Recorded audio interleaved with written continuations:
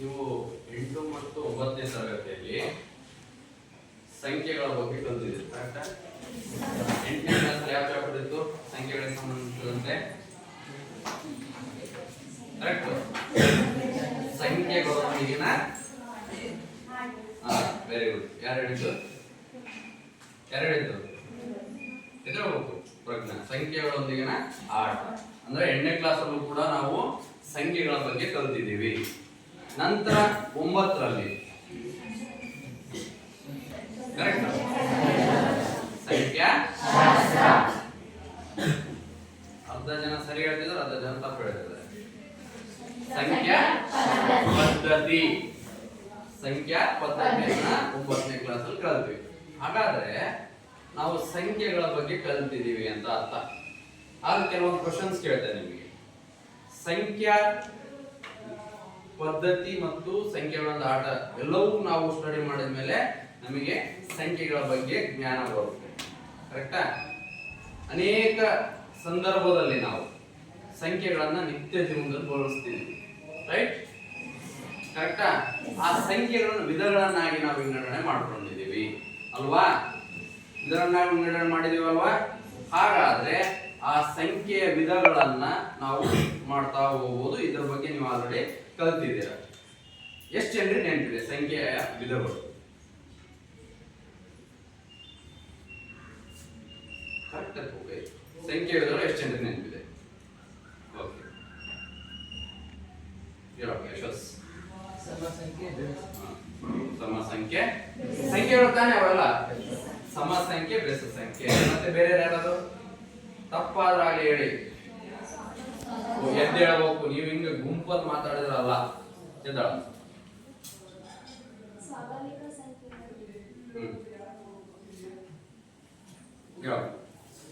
ಸ್ವಾಭಾವಿಕ ಸಂಖ್ಯೆ ಪೂರ್ಣ, ಪೂರ್ಣಾಂಕಗಳು, ಭಾಗಾಲಬ್ಧ, ಅಭಾಗಾಲಬ್ಧ.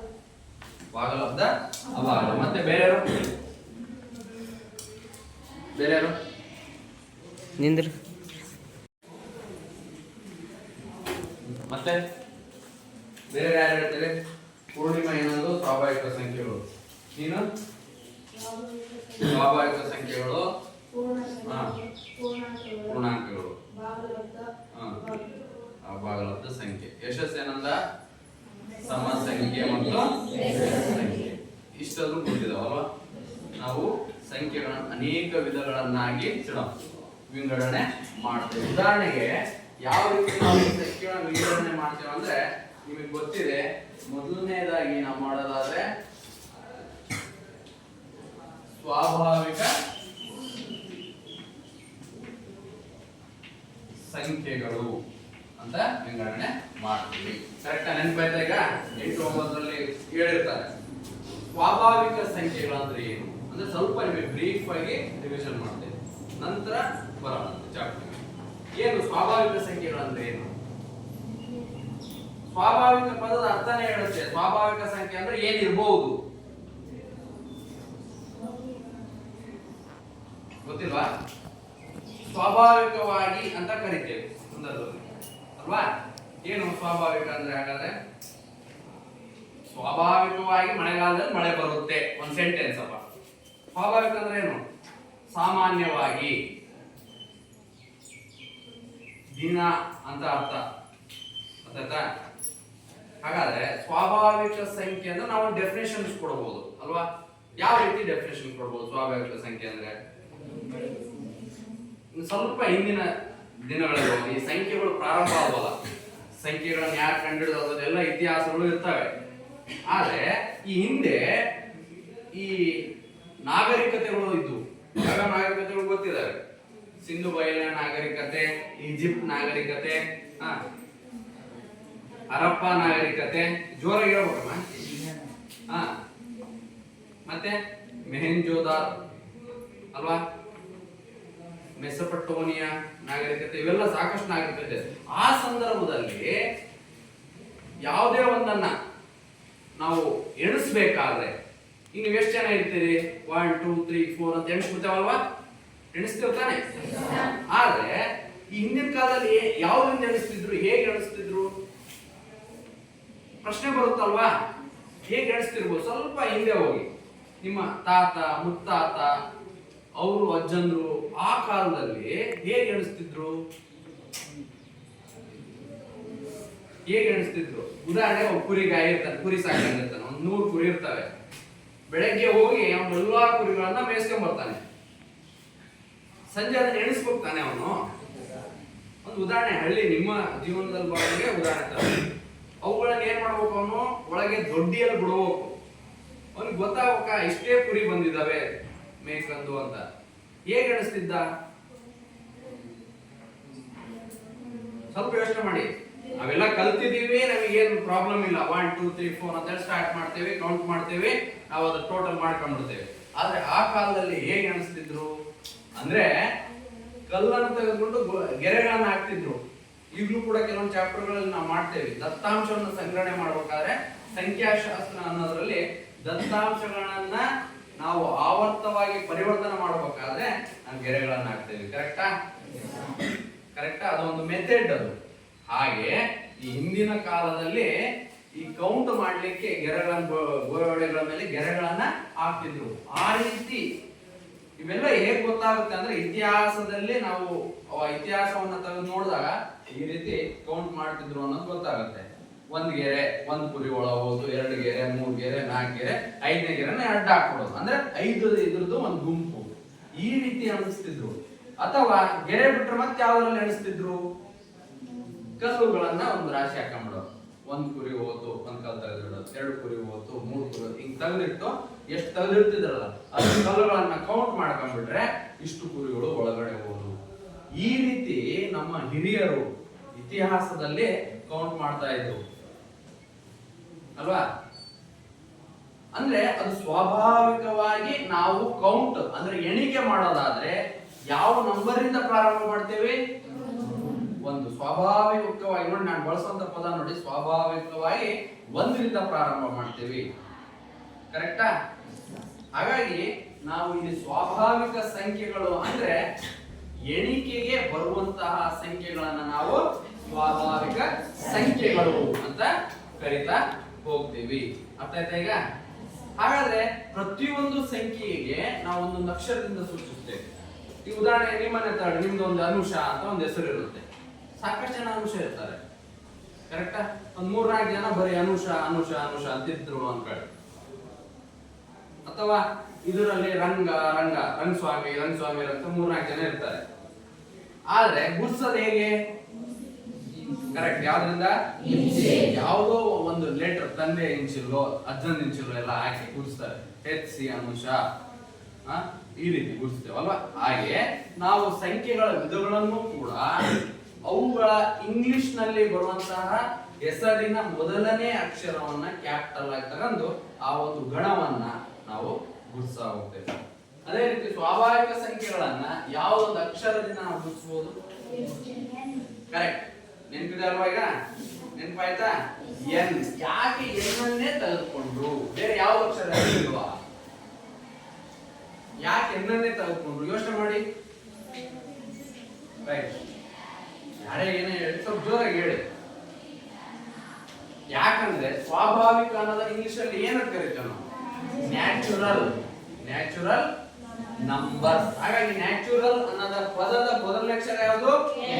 ಎನ್. ಹಾಗಾಗಿ ಎನ್ ಇಂದ ನಾವು ಏನ್ ಮಾಡಿದ್ವಿ? ಈ ಸ್ವಾಭಾವಿಕ ಸಂಖ್ಯೆಗಳ ಗಣಗಳನ್ನ ನಾವು ಗುರುತು ಮಾಡ್ತೇವೆ. ಕರೆಕ್ಟಾ? ಹಾಗಾದ್ರೆ ಸ್ವಾಭಾವಿಕ ಸಂಖ್ಯೆ ಅಂದ್ರೆ ಏನಂತ ಹೇಳಿದ್ವಿ ನಾವು?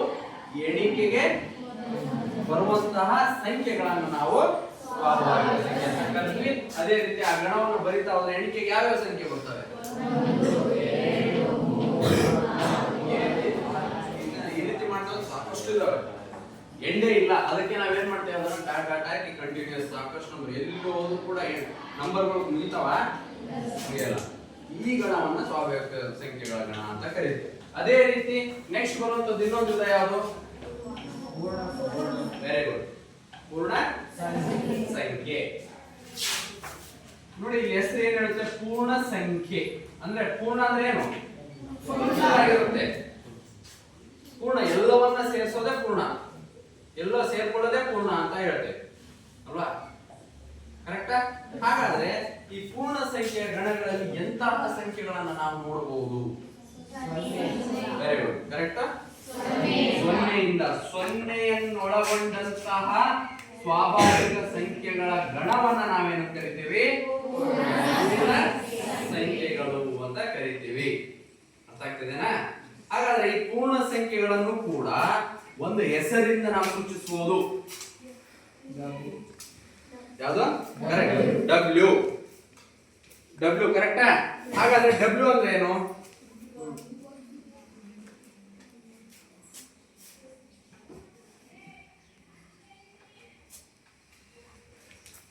ಡಬ್ಲ್ಯೂ ಅಂದ್ರೆ ಏನು?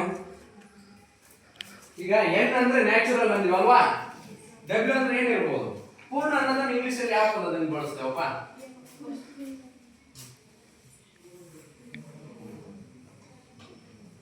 ಈಗ ಹೋಲ್ಸೇಲ್ ಪದ ಬಳಸ್ತಾರಲ್ವ? ಹೋಲ್ಸೇಲ್ ದರದಲ್ಲಿ ಬಟ್ಟೆ ಸಿಗ್ತವೆ, ಹೋಲ್ಸೇಲ್ ದರದಲ್ಲಿ ಪಾತ್ರೆಗಳು ಸಿಗ್ತವೆ, ಹೋಲ್ಸೇಲ್ ದರದಲ್ಲಿ ಏನ್ ಸಿಗ್ತಾವೋ ರೇಷನ್ ಸಿಗುತ್ತೆ ಅಂತ ಹೇಳಿ ಹಾಕಿರ್ತಾರೆ ಅಲ್ವಾ? ಹೋಲ್ ಅಂದ್ರೆ ಪೂರ್ಣ ಅಂತ ಅರ್ಥ.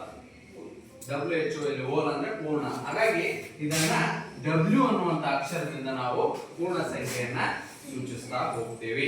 ಕರೆಕ್ಟಾ? ಅದೇ ರೀತಿ ಪೂರ್ಣ ಆದ್ಮೇಲೆ ಪೂರ್ಣಾಂಕ, ಪೂರ್ಣಾಂಕಗಳು. ಇಲ್ಲಿ ಪೂರ್ಣಾಂಕಗಳನ್ನ Z ಎನ್ನುವಂತ ಅಕ್ಷರದಿಂದ ಸೂಚಿಸ್ತೇವೆ. ಅದರದ್ದೇ ಆದ ಒಂದು ಇತಿಹಾಸ ಇದೆ. Z ಅಂದ್ರೆ ಅದು ಒಂದು ಗ್ರೀಕ್ ಭಾಷೆಯಲ್ಲಿ ಜುರಿಕ್ ಅಂತ ಹೇಳಿ ಒಂದು ಬರುತ್ತೆ. ಆ ಒಂದು ಪದದ ಮೊದಲನೇ ಅಕ್ಷರವನ್ನ ತೆಗೆದುಕೊಂಡು ನಾವು ಇದನ್ನ ಪೂರ್ಣಾಂಕಗಳ ಗುಂಪನ್ನ ನಾವು ನೋಟ್ ಮಾಡ್ತೇವೆ, ಆ ಗಣವನ್ನ ಸೂಚಿಸ್ತೇವೆ. ಇದರಲ್ಲಿ ಎರಡು ರೀತಿ ನೋಡಬಹುದು, ಎರಡು ರೀತಿ ಸಂಖ್ಯೆಗಳು ಬರ್ತವೆ. ಕರೆಕ್ಟಾ? ಪೂರ್ಣಾಂಕದಲ್ಲಿ ಧನಾತ್ಮಕನೂ ಬರುತ್ತೆ. ಕರೆಕ್ಟಾ? ಧನಾತ್ಮಕ ಅಂದ್ರೆ ಎಲ್ಲ ಸಂಖ್ಯೆಗಳು ಪ್ಲಸ್ ಮೈನಸ್ ಯು. ಪ್ಲಸ್ ಅಂದ್ರೆ ಧನಾತ್ಮಕ ಎಲ್ಲವೂ, +2 +3 +4 ಬಹಳ.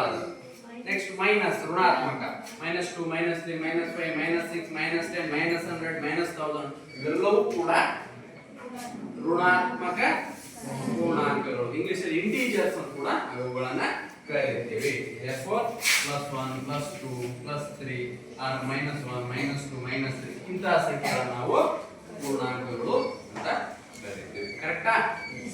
ನೆಕ್ಸ್ಟ್ ಇದಾದ್ಮೇಲೆ ಯಾವ ಸಂಖ್ಯೆ ಬರ್ತವೆ?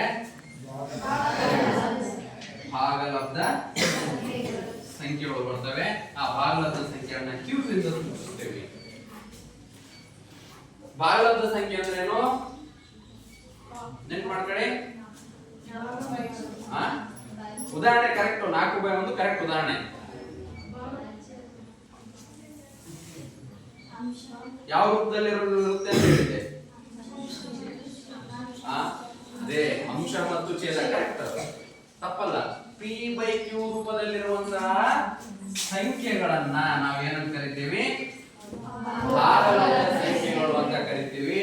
ಆದ್ರೆ ಇಲ್ಲಿ q ಅನ್ನುವಂಥದ್ದು ಏನಿದೆ, this q is not equal to 0. ಅಂದ್ರೆ ಛೇದ ಯಾವತ್ತೂ ಕೂಡ 0ಗೆ ಸಮನಾಗಿರಬಾರದು. ಯಾಕೆ 0ಗೆ ಸಮನಾಗಿರಬಾರದು? ಯಾಕೆ 0 ಆಗಬಾರದು? ಈ p/q ದಲ್ಲಿ ಈ q ಅನ್ನೋದು 0 ಆಗಿರಬಾರದು. ವೈ? ಯಾಕೆ 0 ಆದ್ರೆ ಏನಾಗುತ್ತೆ? ಏನಾಗುತ್ತಾ? ಭಾಗಿಸಕ್ಕೆ ಮತ್ತೆ ಬೇರೆ ಏನಾದ್ರು ಉತ್ತರ? Right, correct answer. ಆ 0ಯಿಂದ ಭಾಗಿಸಕ್ಕೆ ಬರೋದಿಲ್ಲ. ಹಾಗಾಗಿ 0ಯಿಂದ ಯಾವುದನ್ನು ಭಾಗಿಸಕ್ಕೆ ಬರಲ್ಲ. ಉದಾಹರಣೆ ನೀವು ಕ್ಯಾಲ್ಕುಲೇಟರ್ ಅಲ್ಲಿ ನೋಡ್ರಿ. ಉದಾಹರಣೆ 2/0 ಇವತ್ತು ಮನೇಲಿ ಹೋಗಿ ಹೊಡೀರಿ, 2/0 ಮಾಡ್ರಿ ಕ್ಯಾಲ್ಕುಲೇಟರ್. ಏನಂತ ಭಾಗಿಸಕ್ಕೆ ಬರಲ್ಲ ಅಂದ್ರೆ 2 ಹೆಂಗ್ ಬರುತ್ತಾ? 0 ಎಷ್ಟು? 2 ಹೇಳ್ತೀಯಾ? 0 ಎಷ್ಟು? 2 ಪಾಸಿಬಲ್ ಆಗ ಸಾಧ್ಯ ಇದೆನಾ? 0 ಹೇಳಲೆ 2 ಬರುತ್ತಾ? ಯಾಕೆ ಬರಲ್ಲ? ಯಾಕೆ 0ನೇ ಬರುತ್ತೆ? 0ಯಿಂದ ಯಾವುದೇ ಸಂಖ್ಯೆಯನ್ನು ಗುಣಿಸಿ 0ನೇ ಬರುತ್ತೆ, ಅಥವಾ ಯಾವುದೇ ಸಂಖ್ಯೆಯನ್ನು ತೆಗೆದುಕೊಂಡು 0ಯೊಂದಿಗೆ ಗುಣಿಸಿ ಏನ್ ಬರುತ್ತೆ? 0ನೇ ಬರುತ್ತೆ. ಹಾಗಾಗಿ ನೀವು ಕ್ಯಾಲ್ಕುಲೇಟರ್ ಅಲ್ಲಿ ಈ ಇಲ್ಲಿ ಏನಾದ್ರು ಬರೀ 2/0 ಇರಲಿ 1000/0 ಇರಲಿ ಕೋಟಿ/0 ಹೊಡೆದ್ರು ಕೂಡ ಅದರ ತೋರಿಸೋದು ನಿಮ್ಮ ಕ್ಯಾಲ್ಕುಲೇಟರ್ ಅಲ್ಲಿ ಎರರ್ ಅದಕ್ಕೆ ಅರ್ಥ ಇಲ್ಲ ಅಂತ. ಯಾಕಂದ್ರೆ ಸೊನ್ನೆಯಿಂದ ಯಾವುದನ್ನು ಭಾಗಿಸಕ್ಕೆ ಬರೋದಿಲ್ಲ. ಸೊನ್ನೆ ಬಗ್ಗೆ ಹೇಳ್ರಿ ನೋಡೋಣ.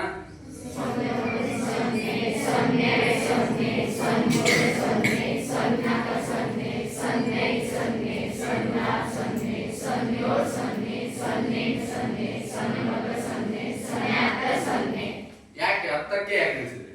ಕಂಟಿನ್ಯೂ ಹೇಳ್ಬೋದಲ್ಲ. ಸೊನ್ನೆ ಅನ್ನಲೇ ಸೊನ್ನೆ, ಸೊನ್ನೆ ಅನ್ನಲೇ ಸೊನ್ನೆ ಇದಾವಲ್ಲ. ಎಷ್ಟೇ ಮಾಡಿದ್ರು ಒಂದು ವರ್ಷ ನಾವು ಸಾಯುವವರೆಗೂ ಹೇಳ್ತಾ ಹೋದ್ರು ಕೂಡ ಸೊನ್ನೆಯೊಂದಿಗೆ ಏನೇ ಗುಣಿಸಿದ್ರು ಕೂಡ ಸಿಗ ಸೊನ್ನೆನೆ. ಹಾಗೆ ಸೊನ್ನೆಯಿಂದ ಯಾವುದನ್ನೂ ಭಾಗಿಸಕ್ ಬರೋದಿಲ್ಲ. ಉದಾಹರಣೆಗೆ ಇದನ್ನೇ ತಗೊಳ್ಳಪ್ಪ, ಸೊನ್ನೆಯಿಂದ ನಾವು ಎರಡನ್ನ ಭಾಗಿಸ್ಬೇಕು, ಕರೆಕ್ಟಾ? ಸೊನ್ನೆ ಎಷ್ಟೇ ಮಾಡಿದಾಗ ಇಲ್ಲಿ 2 ಬರುತ್ತೆ. ಇಟ್ಸ್ ಪಾಸಿಬಲ್, ಸಾಧ್ಯತೆ ಇದೆನಾ? ಹಾಗಾಗಿ ಅದಕ್ಕೆ ಅರ್ಥ ಇಲ್ಲ. ಹಾಗಾಗಿ ಭಾಗಲಬ್ಧ ಸಂಖ್ಯೆಯನ್ನು ನಾವು ವ್ಯಾಖ್ಯಾನ ಮಾಡಬೇಕಾದ್ರೆ ಇಲ್ಲಿ p/q ರೂಪದಲ್ಲಿ ಇರಬೇಕು. ಆದ್ರೆ ಈ ಛೇದ ಯಾವತ್ತೂ ಕೂಡ 0 ಆಗಿರಬಾರದು ಅನ್ನೋದನ್ನ ಹೇಳುತ್ತೆ. ರೈಟ್? ಇದಾದ್ಮೇಲೆ ಬರುವಂತದ್ದು ಅಭಾಗಲಬ್ಧ ಸಂಖ್ಯೆ.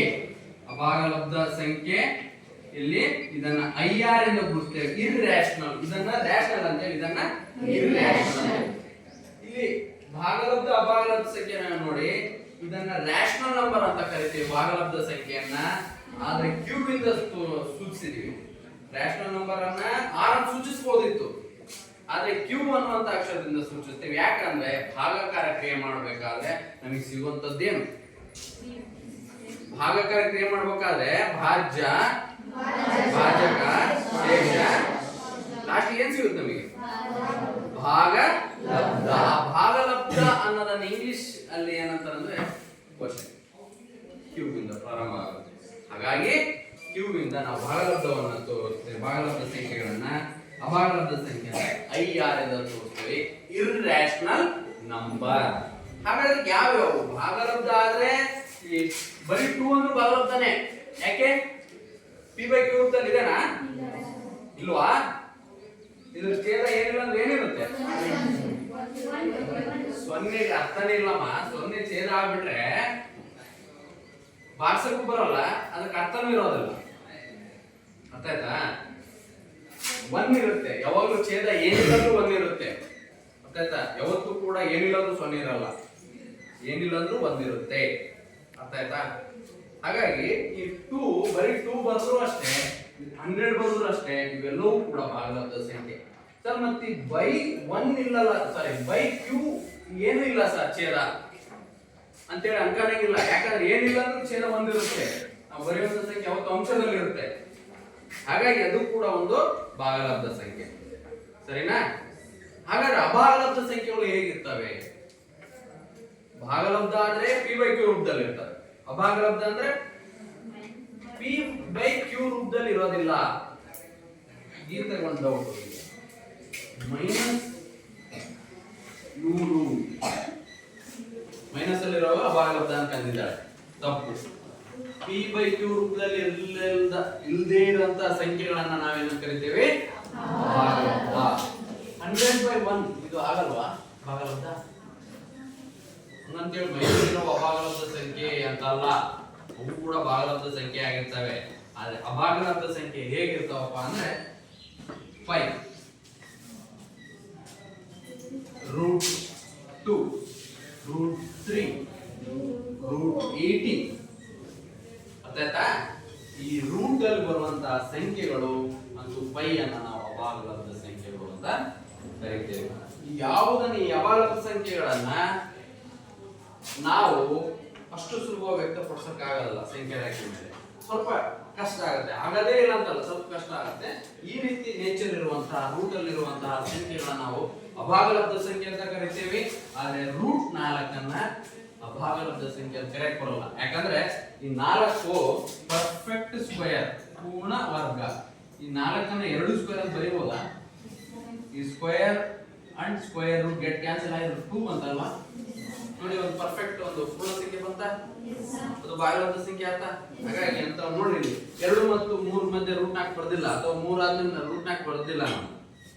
ಯಾಕಂದ್ರೆ ಇವನ್ನ ವ್ಯಕ್ತಪಡಿಸಕ್ಕಾಗಲ್ಲ, ಇವನ್ನ ವ್ಯಕ್ತಪಡಿಸಬಹುದು. ಹಾಗಾಗಿ ಇವುಗಳನ್ನ ಅಭಾಗಲಬ್ಧ ಸಂಖ್ಯೆ ಅಂತ ಕರಿತೀವಿ. ಅದಾದ್ಮೇಲೆ ಇವೆಲ್ಲ ನೆನಪಿದಾವ. ಇನ್ನೊಂದು ಬರುತ್ತೆ, ಏನಾಯ್ತಾ? ವೆರಿ ಗುಡ್, ವಾಸ್ತವ ಸಂಖ್ಯೆಗಳು. ಈ ವಾಸ್ತವ ಸಂಖ್ಯೆಗಳು ಅಂದ್ರೆ ಯಾವುದನ್ನ ನಾವು ವಾಸ್ತವ ಸಂಖ್ಯೆಗಳ ಗಣ ಅಂತ ಕರಿತೇವೆ. ಉದಾಹರಣೆಗೆ ಇಲ್ಲಿ ನೋಡಿ, ನಾವು ಏನನ್ನ ಕಲಿತ್ವಿ ಇಲ್ಲಿ ಇಲ್ಲಿವರೆಗೂ ಬರೀತಾ ಹೋದ್ರೆ, ಫಸ್ಟ್ ಕಾಣ್ತಿದ್ದೇನಾ? ಕಾಣ್ತಿದೆ? ಫಸ್ಟ್ ಕಲ್ತಿದ್ದೆ ಯಾವುದು?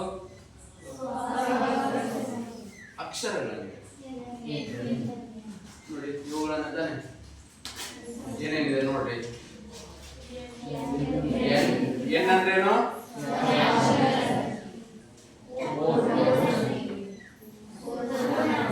ಇವೆರಡು ಸೇರಿ ಪೂರ್ಣಾಂಕ, ಇವು ಭಾಗಲಬ್ಧ ಸಂಖ್ಯೆ. Very good. ಇದು ಇದು ವಾಸ್ತವ. ಹೇಳಿದ್ನ ನಾನು ತಾನೆ, ಆದ್ರೂ ಗೊತ್ತಾಯ್ತು. ಯಾಕಂದ್ರೆ ಸಂಖ್ಯೆಗಳ ವಿಧಗಳನ್ನ ಆಲ್ರೆಡಿ ನೀವು ಕಲ್ತಿರೋದ್ರಿಂದ ನಾವು ಬ್ರೀಫ್ ಆಗಿ ಹೇಳ್ತೀವಿ. ಇಲ್ಲಿ ಈ ರೀತಿ ಸಂಖ್ಯೆಗಳ ವಿಧಗಳು ಕಲ್ತ ಮೇಲೆ ನಾವು ಈ ಸಂಖ್ಯೆಗಳ ವಿಧಗಳನ್ನ ನಾವು 9ನೇ ತರಗತಿಯಲ್ಲಿ ಹೇಳಿದ್ವಿ. ಯಾವ ರೀತಿ ಅಂದ್ರೆ, ಫಸ್ಟ್ ಸರ್ಕಲ್ ಅಲ್ಲಿ n ನ್ಯಾಚುರಲ್ ನಂಬರ್, ಅದಾದ್ಮೇಲೆ ಹೋಲ್ ನಂಬರ್, ಕರೆಕ್ಟಾ? ಅದಾದ್ಮೇಲೆ ಇದು ನ್ಯಾಚುರಲ್ ನಂಬರ್, ಇದು ಹೋಲ್ ನಂಬರ್, ಆಮೇಲೆ z ಪೂರ್ಣಾಂಕ, ನಂತರ q ಭಾಗಲಬ್ಧ ಸಂಖ್ಯೆ, ನೆಕ್ಸ್ಟ್ IR ಅಂದ್ರೆ ಏನು? ಕರೆಕ್ಟಾ?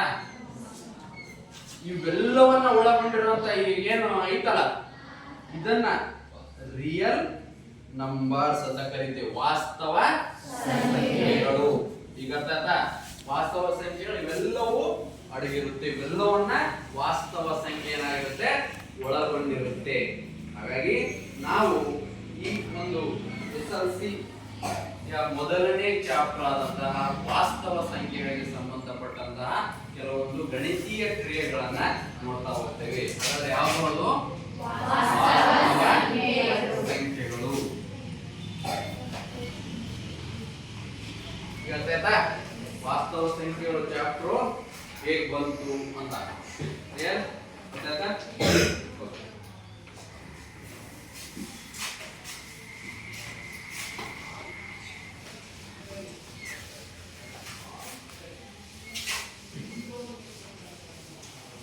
ಇನ್ನು ನಾವು ಮುಂದುವರೆದು ಅರ್ಥ ಮಾಡ್ಕೊಳ್ಳೋದಾದ್ರೆ, ಈ ವಾಸ್ತವ ಸಂಖ್ಯೆಗಳು ಅನ್ನೋದು ಒಂದು ಚೀಲ. ಕರೆಕ್ಟಾ? ಒಂದು ಚೀಲ.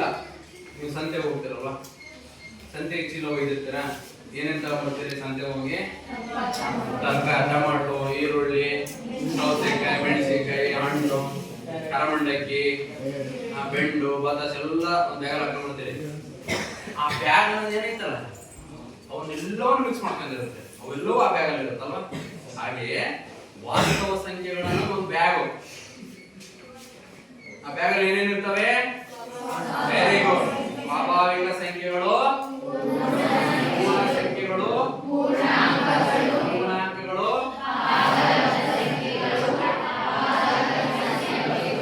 Very good. ಈಗ ಅರ್ಥ ಆಯ್ತಾ? ನಾವು ಇವನ್ನೆಲ್ಲವನ್ನ ಬ್ಯಾಗ್ ಒಳಗಡೆ ಇರ್ತಲ್ಲ, ಅವನ್ನೆಲ್ಲ ನಾವು ಕರ್ಕೊಂಡ್ ಬಂದ್ವಿ. ಈಗಲೂ ಸ್ವಲ್ಪ ಕಲ್ತೀವಿ. ಈಗ ಆ ಬ್ಯಾಗ್ ಅಂದ್ರೆ ವಾಸ್ತವ ಸಂಖ್ಯೆಗಳನ್ನ ತೆಗೆದುಕೊಂಡು ನಾವು ಏನೇನು ಕ್ರಿಯೆಗಳನ್ನ ಮಾಡಬಹುದು ಅನ್ನೋದನ್ನ ಈ ತರಗತಿಯಲ್ಲಿ ಅಂದ್ರೆ SSLCಯ ಮೊದಲನೇ ಪಾಠದಲ್ಲಿ ನಾವು ಕಲಿತಾ ಹೋಗ್ತೀವಿ. ವಾಸ್ತವ ಸಂಖ್ಯೆಗಳನ್ನ ಇಂಗ್ಲಿಷ್ ಅಲ್ಲಿ ಯಾವ ಪದದಿಂದ ಕರೀತಾರೆ? ಅಕ್ಷರ ಪದ. ಕರೆಕ್ಟ್. ರಿಯಲ್. ರಿಯಲ್ ಅಂದ್ರೆ ಏನು? ವಾಸ್ತವ ಅಂದ್ರೆ ನಮ್ಮ ವಾಸ್ತವ ಅಂದ್ರೆ ವಾಸ್ತವವಾಗಿ ಅಂತ ಕರಿತೇವಲ್ಲ ಸಮಟೈಮ್. ವಾಸ್ತವದಲ್ಲಿ ಏನಿದೆ ಅಂದ್ರೆ ನಮ್ಮ ಸುತ್ತಮುತ್ತಲು ಇವೆಲ್ಲವೂ ಸಂಖ್ಯೆಗಳು ಓಡಾಡ್ತಿರ್ತಾವಲ್ವಾ? ಓಡಾಡ್ತಿರ್ತಾವಲ್ಲ. ಸಂಖ್ಯೆ ಅಂದ್ರೆ ಏನ ಮಾಡಕ್ಕಾಗತ್ತ? ನಾವು ಒಂದು ಅಂಗಡಿ ಹೋದ್ರು ಸಂಖ್ಯೆ, ನೀರು ತುಂಬಕ್ ಹೋದ್ರು ಸಂಖ್ಯೆ, ನನ್ಗೆ ಇಷ್ಟನೇ ನಂಬರ್ ಕೊಡ ಸಂಖ್ಯೆ ಬರಲ್ವಾ? ಹಾಗೆ ನಮ್ಮ ವಾಸ್ತವದಲ್ಲಿ ನಮ್ಮ ಕಣ್ಣು ಮುಂದೆ ಸಾಕಷ್ಟು ಸಂಖ್ಯೆಗಳ ಬಗ್ಗೆ ನಾವು ನೋಡಿದ್ದೀವಿ, ಕೇಳಿದ್ದೀವಿ, ಅವುಗಳೆಲ್ಲವನ್ನ ನಮ್ಮ ಜೀವನದಲ್ಲಿ ಬಳಸಿದ್ದೀವಿ ಅಲ್ವಾ? ಅದರಲ್ಲಿ ವಾಸ್ತವವಾಗಿರುವಂತಹ ವಾಸ್ತವ ಸಂಖ್ಯೆಗಳ ಬಗ್ಗೆ ನಾವು ನೋಡ್ತಾ ಹೋಗೋಣ.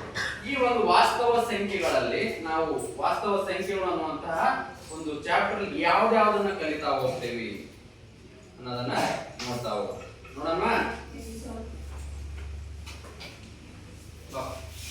ಇದ್ರಲ್ಲಿ ಏನೇನಿದೆ ಓದು, ಎದ್ದು ಬರ್ಬೇಕು ಬೇಗ.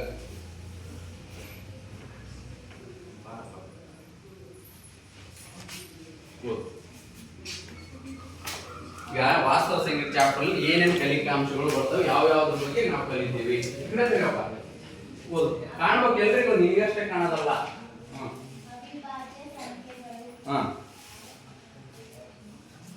ಅಂಕಗಣಿತದ ಮೂಲ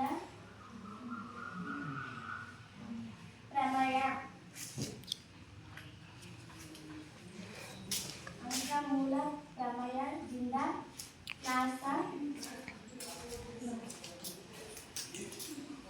ಅಪವಾದದ ಸಂಖ್ಯೆಗಳ ಓಕೆ. ನೋಡಿ, ನಾವು ಇಲ್ಲಿ ಈ ಒಂದು ಚಾಪ್ಟರ್ ಏನೇನು ಕಲಿಬಹುದು ಅಂದ್ರೆ ಫಸ್ಟ್ ಅವಿಭಾಜ್ಯ ಸಂಖ್ಯೆಗಳ ಬಗ್ಗೆ ಕಲಿತೀವಿ. ಅವಿಭಾಜ್ಯ ಸಂಖ್ಯೆ ಅಂದ್ರೆ ಏನು, ಅದ್ರ ಜೊತೆಗೆ ಸಂಯುಕ್ತ ಸಂಖ್ಯೆಗಳು ಅಂತ ಬರುತ್ತೆ, ಅವುಗಳ ಬಗ್ಗೆ ಕಲಿತೀವಿ. ಕರೆಕ್ಟಾ? ಅದಾದ್ಮೇಲೆ ಅಂಕಗಣಿತದ ಮೂಲ ಪ್ರಮೇಯ. ಅಂಕಗಣಿತದ ಅಂಕಗಣಿತದ ಮೂಲ ಪ್ರಮೇಯ ಬಹಳ ಇಂಟ್ರೆಸ್ಟಿಂಗ್ ಅದು. ಆಯ್ತಾ? ಅಲ್ಲಿ ಏನ್ ಮಾಡ್ತೇವೆ ಅಂದ್ರೆ ಅವಿಭಾಜ್ಯ ಸಂಖ್ಯೆ ಅಪವರ್ತನಗಳಾಗಿ ಮಾಡ್ತಾ ಹೋಗ್ತೇವೆ ನಾವು. ಅವಿಭಾಜ್ಯ ಸಂಖ್ಯೆ ಅಪವರ್ತನಗಳಾಗಿ ಮಾಡ್ತಾ ಹೋಗ್ತೇವೆ. ಕೇವಲ ಅವಿಭಾಜ್ಯ ಸಂಖ್ಯೆಯನ್ನೇ ತೆಗೆದುಕೊಂಡು ನಾವೇನ್ ಮಾಡ್ತೇವೆ, ಅವರ ಸಂಖ್ಯೆಗಳನ್ನ ಸಂಯುಕ್ತ ಸಂಖ್ಯೆ ಮಾಡ್ತಾ ಹೋಗ್ತೇವೆ. ನೆಕ್ಸ್ಟ್ ಅಂಕಗಣಿತದ ಮೂಲ ಪ್ರಮೇಯದಿಂದ ಲಾಸ ಮತ್ತು ಮಾಸ ಕಂಡು, ಅದು ಒಂದು ವಿಧಾನ. ಮೂಲ ಪ್ರಮೇಯ ಅಂತಿದೆ. ಅಂಕಗಣಿತದ ಮೂಲ ಪ್ರಮೇಯದ ಮೂಲಕ ನಾವು ಏನ್ ಮಾಡ್ತೇವೆ, ಲಾಸ ಮತ್ತು ಮಾಸವನ್ನ ಕಂಡುಹಿಡಿತಾ ಹೋಗ್ತೇವೆ. ಅಂದ್ರೆ ಇಲ್ಲಿ ಏನು ಅಂಕಗಣಿತದ ಮೂಲ ಪ್ರಮೇಯ ಅಂತ ಹೇಳಿದ್ವಲ್ವಾ, ಆ ಮೂಲ ಪ್ರಮೇಯ ಅಂದ್ರೆ ಅದರದ್ದೇ ಆದ ಒಂದು ವಿಧಾನ. ಅದು ಆ ಮೂಲ ಪ್ರಮೇಯವನ್ನ ಬಳಸಿಕೊಂಡು ನಾವೇನ್ ಮಾಡ್ತೀವಿ, ಕೊಟ್ಟಿರುವಂತಹ ಎರಡು ಸಂಖ್ಯೆಗಳ ಲಾಸ ಮತ್ತು ಮಾಸವನ್ನ ಕಂಡುಹಿಡಿತಾ ಹೋಗ್ತೀವಿ.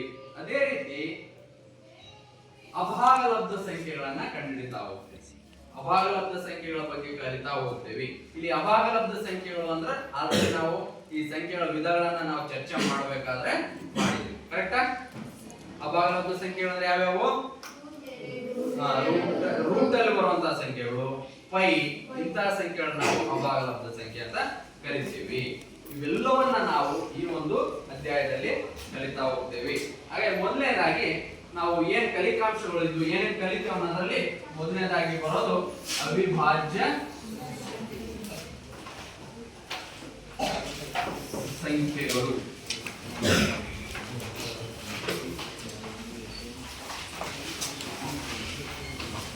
ಅವಿಭಾಜ್ಯ ಸಂಖ್ಯೆಗಳು ತುಂಬಾ ಇಂಪಾರ್ಟೆಂಟ್ ಇದು.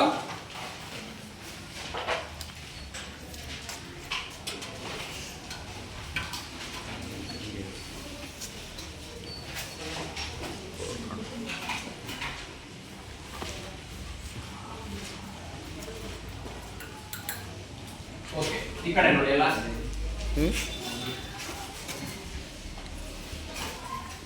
ಆಯ್ತಾ? ಈ ಕಡೆ ಇಲ್ಲಿ ಅವಿಭಾಜ್ಯ ಸಂಖ್ಯೆಗಳು ಅಂದ್ರೆ ಏನು?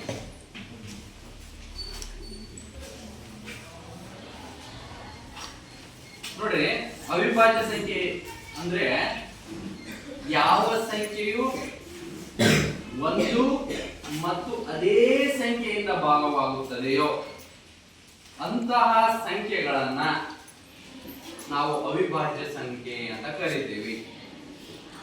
ಅಂದ್ರೆ which number is divisible by 1 and it self ಅಂತ ಕರಿತೇವೆ. ಯಾವ್ದಾದ್ರು ಒಂದು ಸಂಖ್ಯೆ ತಗೊಂಡ್ಬಿಡಿ, ನಾವು ಕನ್ನಡದಲ್ಲಿ ಹೇಳಿ, ಫಸ್ಟ್ ಪ್ರಾರಂಭದಲ್ಲಿ ಹೇಳ್ಬೇಕು, ಯಾವ ಸಂಖ್ಯೆ ಒಂದರಿಂದ ಭಾಗ ಆಗುತ್ತೋ ಅಥವಾ ಯಾವ ಸಂಖ್ಯೆ ಅದೇ ಸಂಖ್ಯೆಯಿಂದ ಭಾಗವಾಗುತ್ತದೆಯೋ ಅಂತವನ್ನ ನಾವು ಅವಿಭಾಜ್ಯ ಸಂಖ್ಯೆ ಅಂತ ಕರಿತೇವೆ. ಬೇರೆ ಯಾವುದೇ ಸಂಖ್ಯೆಯಿಂದ ನಾವು ಭಾಗ ಆಗಕ್ಕೆ ಬರಲ್ಲ, ಅದೇ ಸಂಖ್ಯೆಯಿಂದ ಭಾಗ ಆಗಿರ್ಬೇಕು ಅಂತವನ್ನ ಮಾತ್ರ. ಉದಾಹರಣೆಗೆ ಒಂದು ಉದಾಹರಣೆ ತೆಗೆದುಕೊಳ್ತೇನೆ ನಾನು, 2. ಈ ಎರಡನ್ನ ಯಾವ್ಯಾವ ಸಂಖ್ಯೆಯಿಂದ ಭಾಗಿಸಬಹುದು ನೋಡಿ. 1 ರಿಂದ ಭಾಗ ಮಾಡಬಹುದು ಇದನ್ನ, ಅಥವಾ 2 ರಿಂದ ಭಾಗ ಆಗಬಹುದು. ಅದು ಬಿಟ್ಟರೆ ಯಾವ್ದ್ರಿಂದ ಭಾಗ ಆಗುತ್ತೆ? ಯಾವ್ದ್ರಿಂದನೂ ಭಾಗ ಆಗಲ್ಲ ಅದು. ಇದನ್ನೇ ಅವಿಭಾಜ್ಯ ಸಂಖ್ಯೆಯ ವ್ಯಾಖ್ಯಾನ ಹೇಳೋದು. ಏನಂತ ಹೇಳ್ತಾರೆ? 1 ರಿಂದ ಭಾಗ ಆಗಬೇಕು, ಬಿಟ್ರೆ ಅದೇ ಸಂಖ್ಯೆಯಿಂದ ಭಾಗ ಆಗಬೇಕು ಅಂತ ಹೇಳ್ತಾನೆ. ಆಗುತ್ತಾ 2? ನೆಕ್ಸ್ಟ್ 3 ತೆಗೆದುಕೊಳ್ಳೋಣ. ಈ 3 ಭಾಗ ಆಗೋದಂದ್ರೆ ಗೊತ್ತಲ್ವಾ? ಓಕೆ, ಈ 3 ಯಾವ್ದ್ರಿಂದ ಭಾಗ ಆಗುತ್ತೆ? ಬಿಟ್ರೆ 7ರಿಂದ ಭಾಗ ಆಗುತ್ತಾ? ಯಾರು 7 ಅಂದಂಗ ಆಯ್ತು? ಇಲ್ಲ ಅಲ್ವಾ? 4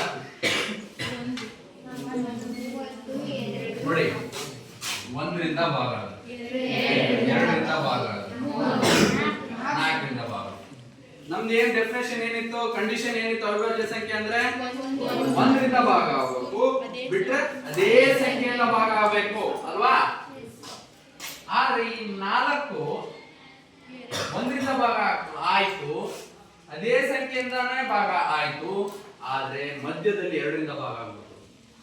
ಹಾಗಾಗಿ ಇಂತಹ ಸಂಖ್ಯೆಗಳನ್ನ ನಾವು ಅವಿಭಾಜ್ಯ ಸಂಖ್ಯೆ ಅನ್ನೋದಿಲ್ಲ.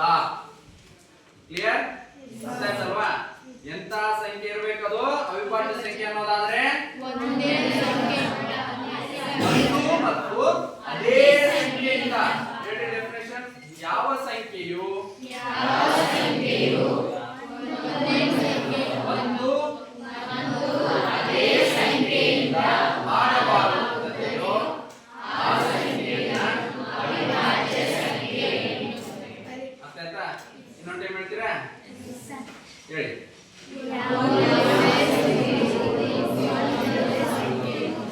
ಕ್ಲಿಯರ್ ಆಗಿಲ್ಲ ನಿಮಗೆ? ನಾನು ಹಿಂಗೆ ಹೇಳ್ತೇನೆ ನೋಡಿ. ಡೆಫಿನೆಟ್: ಯಾವ ಸಂಖ್ಯೆಯು 1 ಮತ್ತು ಅದೇ ಸಂಖ್ಯೆಯಿಂದ ಭಾಗವಾಗುತ್ತದೆಯೋ ಅಂತಹ ಸಂಖ್ಯೆಯನ್ನ ಅವಿಭಾಜ್ಯ ಸಂಖ್ಯೆ ಎನ್ನುತ್ತೇವೆ. ಕ್ಲಿಯರ್? ಹೇಳ್ತೀರಾ? ಕಮಾನ್.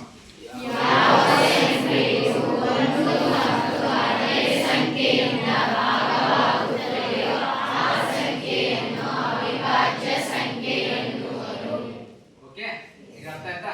ಹಾಗಾದ್ರೆ ನಾವು ಅವಿಭಾಜ್ಯ ಸಂಖ್ಯೆಗಳಿಗೆ ಉದಾಹರಣೆಯನ್ನು ಕೊಡ್ತಾ ಹೋಗ್ತೀವಿ. ಯಾವ್ಯಾವ ಅವಿಭಾಜ್ಯ ಸಂಖ್ಯೆ? ಈಗ ನಿಮಗೆ ಉದಾಹರಣೆ ಹೇಗೆ ಅನ್ನೋದು ಗೊತ್ತಾಗ್ಬಿಡುತ್ತೆ ಅಲ್ವಾ? 4 ನೋಡಿ, 1 ರಿಂದನೂ ಆಗುತ್ತೆ, ಅದೇ ಸಂಖ್ಯೆಯಿಂದ ಆಗುತ್ತೆ, ಆದ್ರೆ ಮಧ್ಯದಲ್ಲಿ 2 ರಿಂದ ಭಾಗ ಆಗ್ಬಿಡುತ್ತೆ. ಹಾಗಾಗಿ ಅದನ್ನು ಅವಿಭಾಜ್ಯ ಸಂಖ್ಯೆ ಅಂತ ಹೇಳಲ್ಲ. ಕರೆಕ್ಟಾ? ಓಕೆ, ಈಗ ಈ ರೀತಿ ಅವಿಭಾಜ್ಯ ಸಂಖ್ಯೆಯ ನಿಯಮವನ್ನು ಯಾವ್ಯಾವ ಸಂಖ್ಯೆ ಹೊಂದ್ಕೊಳ್ಳುತ್ತೆ?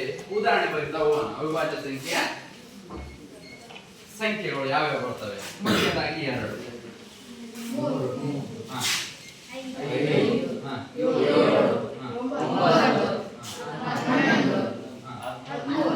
9 ಬರುತ್ತಾ? ನಾನು ಹೇಳ್ತೇನೆ 9 ಬರಲ್ಲ ಅಂತ. ನಾನು ಯಾಕೆ ಬರಲ್ಲ ಅಂದ್ರೆ 9 1 ರಿಂದ ಭಾಗ ಆಗುತ್ತೆ, 3 ರಿಂದ ಭಾಗ ಆಗುತ್ತೆ, 9 ರಿಂದ ಭಾಗ ಆಗುತ್ತೆ. ಮಧ್ಯದಲ್ಲಿ 3 ರಿಂದ ಭಾಗ ಆಗ್ತಾನೆ. ಹಾಗಾದ್ರೆ ಅವಿಭಾಜ್ಯ ಸಂಖ್ಯೆ ಅಂತೇವಾ? ತಪ್ಪಾನೆ. ಈಗ ಅರ್ಥ ಆಯ್ತಾ? ಓಕೆ, ನೆಕ್ಸ್ಟ್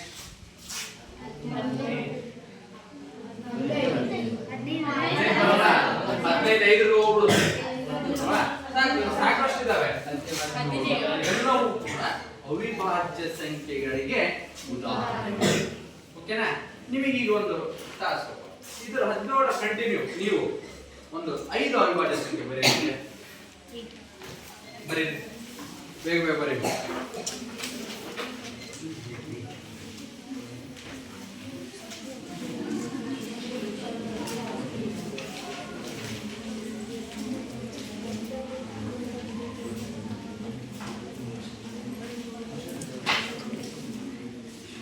ಅರ್ಥ ಇದೆಯಲ್ಲ?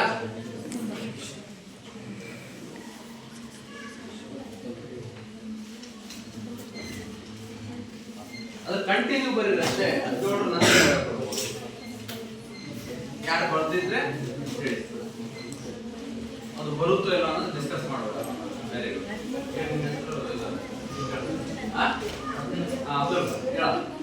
ಈ ಕಡೆ ನೋಡಿ ಎಲ್ಲ ನೀವು ಬರೀತಿದ್ದೀರಾ. Very good. ಅವನು ಬರ್ದಿದ್ದಾನೆ, ಅವ್ನು ಹೇಳ್ತಾನೆ ಕಂಟಿನ್ಯೂ ಅಂತ ನಂಬರು, ಅದು ಬರುತ್ತೋ ಇಲ್ಲ ಅನ್ನೋದು ಡಿಸ್ಕಸ್ ಮಾಡೋಣ. 19 ಬರುತ್ತಾ? ನೋಡಿ, 1 ರಿಂದ ಹೋಗುತ್ತೆ 19 ಹೋಗುತ್ತೆ. ನೆಕ್ಸ್ಟ್ 23 ಬರುತ್ತಾ? 20 ಬರಲ್ಲವಾ? ಮತ್ತೆ ಅದು 20 ಬರಲ್ಲ. ಯಾಕೆ ಬರಲ್ಲ? ಅದು ನೋಡಿ 1 ಹೋಗುತ್ತೆ, 2 ಹೋಗುತ್ತೆ, 5 ಹೋಗುತ್ತೆ, 10 ಹೋಗುತ್ತೆ ಅಲ್ವಾ? ಕ್ಲಿಯರ್?